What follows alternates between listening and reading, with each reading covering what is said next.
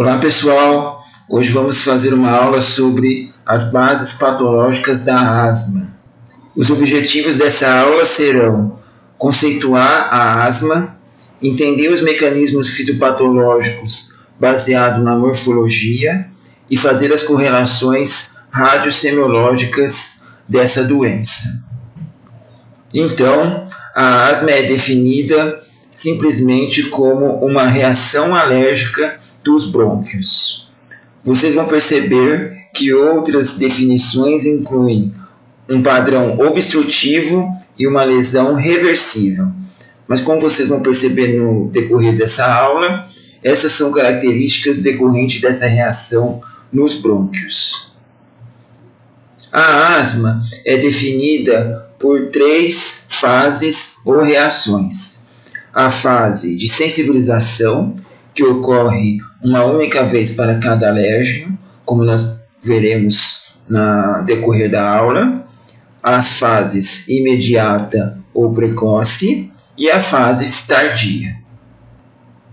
O desenvolvimento da asma baseia-se em condições ambientais e genéticas de um papel muito relevante. As condições ambientais baseiam-se nas exposições, principalmente de alérgenos contidos em poeira, pólen, animais e muitas outras substâncias. Já a condição genética é dada por predisposições que o indivíduo já traz consigo em seu DNA, o qual, em última análise, modula o seu microambiente pulmonar para um padrão TH2 de resposta celular dos linfócitos T, os quais são determinados por citocinas como IL-4, IL-5 e IL-13. A associação desses 2 fatores pode, então, assim, determinar a doença asma, já que um indivíduo predisposto com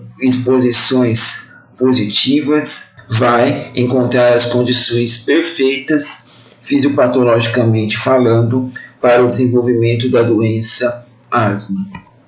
A primeira fase da doença asma é a sensibilização. Ela ocorre quando uma substância inalada, nesse exemplo o pólen, entra em contato com a mucosa das vias aéreas.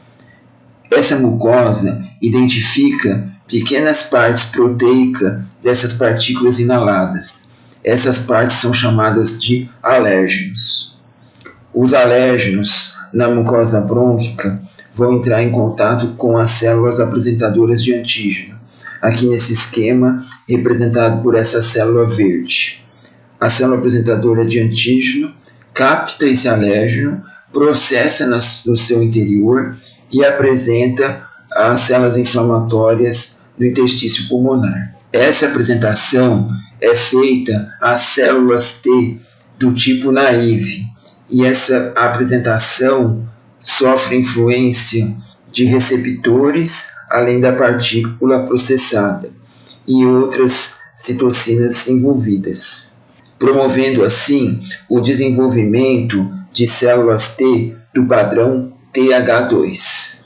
Desta forma, células do padrão TH2 estimuladas vão ativar ou vão promover a indução do desenvolvimento de plasmócitos. Esses plasmócitos vão então produzir muitas imunoglobulinas. E a principal imunoglobulina produzida pelos plasmócitos durante o processo de sensibilização na asma é a imunoglobulina do padrão E, a chamada IgE. Esse processo se dá devido à indução da IL-4, um potente estimulador de plasmócitos para a produção de IgE. Uma vez produzidos, os IgEs vão então se ligar com a sua porção Fc às células conhecidas como mastócitos.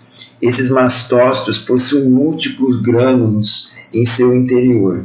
E quando acontece esse processo de ligação da IgE ao mastócito durante a sensibilização, nós dizemos que os mastócitos estão sensibilizados e esse paciente também está sensibilizado.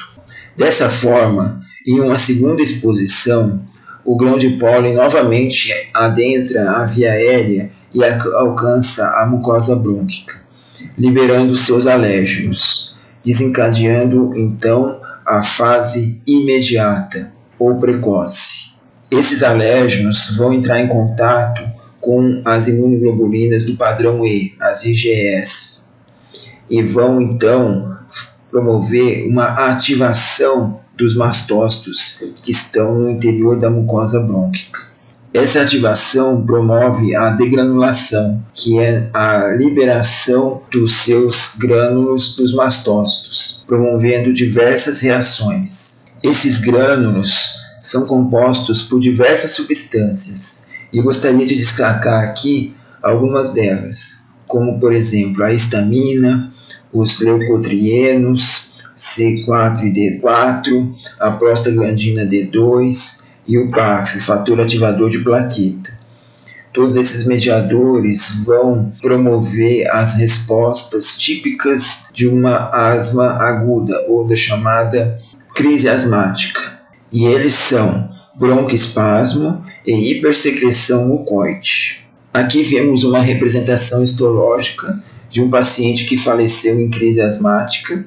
Podemos notar nessa lâmina um brônquio com uma hipersecreção mucoide, ou seja, toda a sua luz está preenchida por muco produzido pelas células caliciformes, que foram estimuladas por aqueles mediadores liberados durante a fase imediata. Outro achado histomorfológico nas lâminas da fase imediata da asma é a broncoconstrição.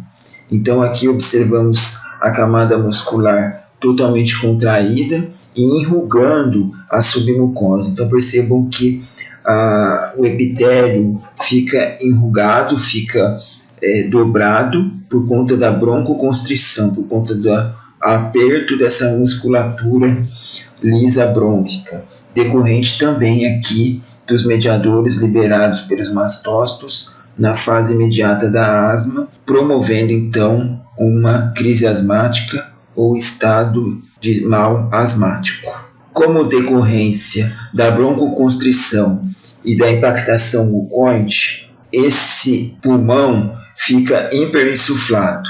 O que quer dizer isso? Quando a gente respira, a gente tem um aumento da pressão pleural negativa, então fica mais negativo na pleura. É um processo ativo que depende da contração muscular da parede torácica e do diafragma. Contudo, a expiração é um processo passivo, em que a musculatura relaxa e o pulmão, pela sua força elástica, expele o ar através dos brônquios. Mas como os brônquios estão com constrição e impactação mucoide, eles não conseguem liberar de maneira rápida esse ar. Então, a gente diz que o paciente asmático ou em crise asmática tem uma fase expiratória prolongada.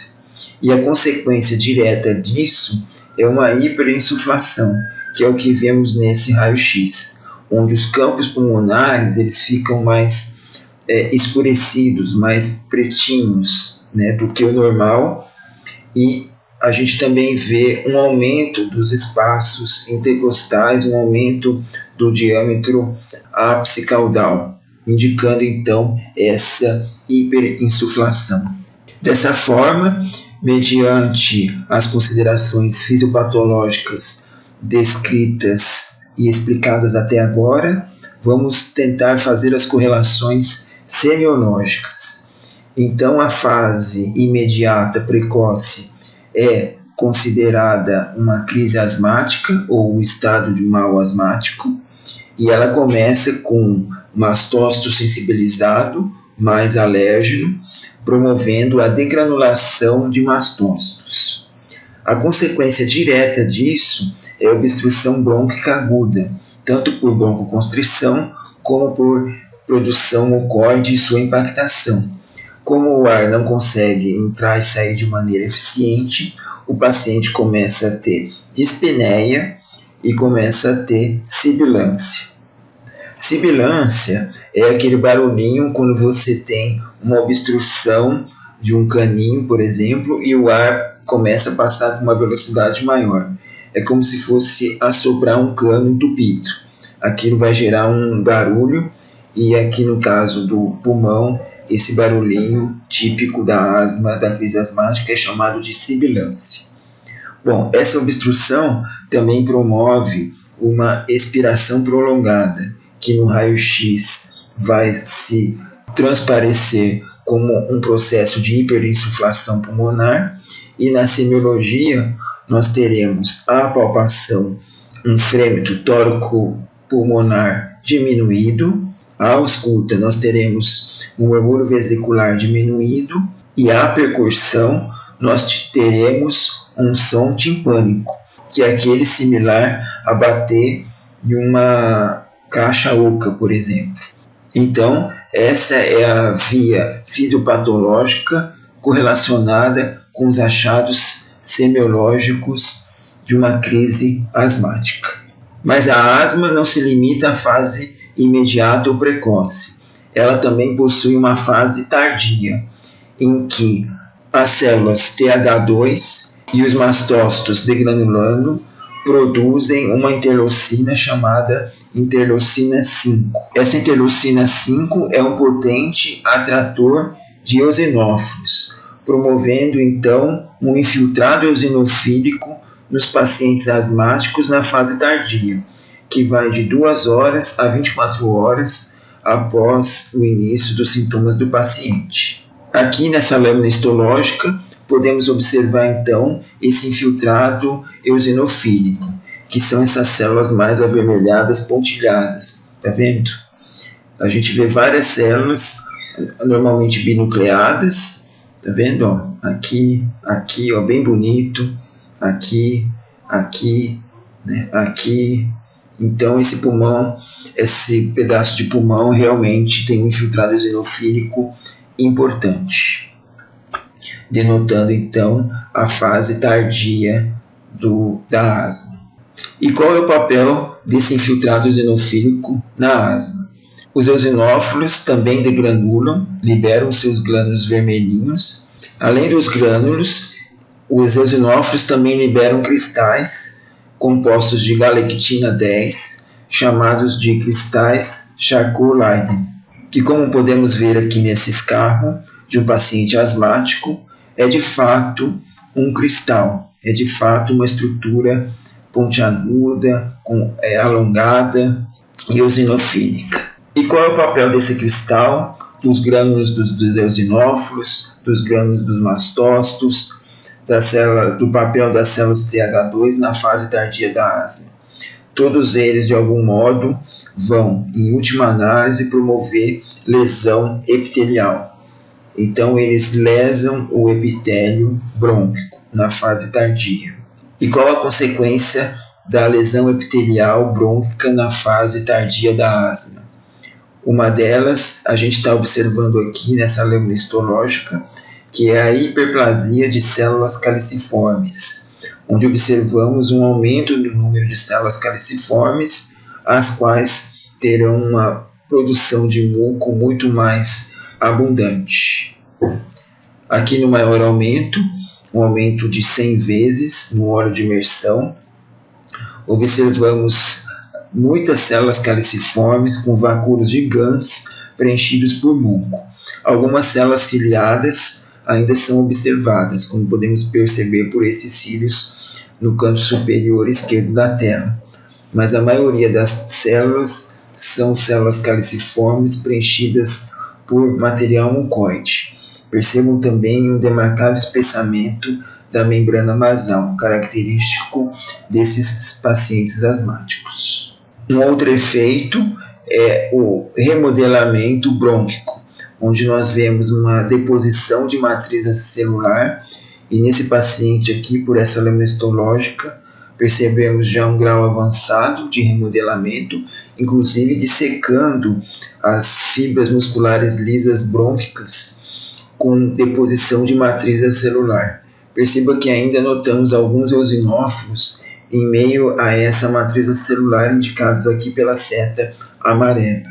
E, finalmente, essa deposição torna-se alina, promovendo um remodelamento em alino e o endurecimento completo dessa via aérea, tornando-a não funcional.